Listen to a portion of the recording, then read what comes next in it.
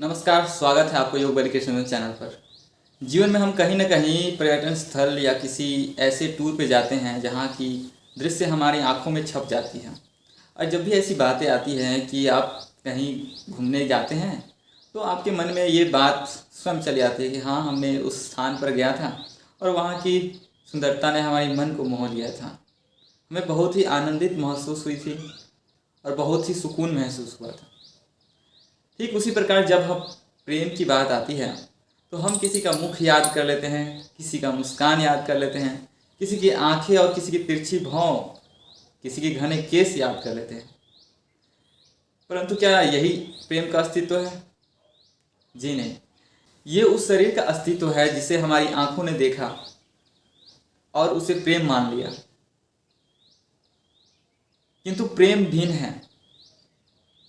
प्रेम उस वायु की भांति है जो हमें दिखाई तो नहीं देती है परंतु जीवन वही देती है। आप संसार में किसी स्त्री को कुरूप कह सकते हैं क्योंकि आप उसे तन की आंखों से देखते हैं, परंतु संतान उसी माता को इस संसार में सबसे सुंदर मानता है क्योंकि वह भाव से देखता है, मन की आंखों से देखता है। तो प्रेम को हम कैसे पाएंगे?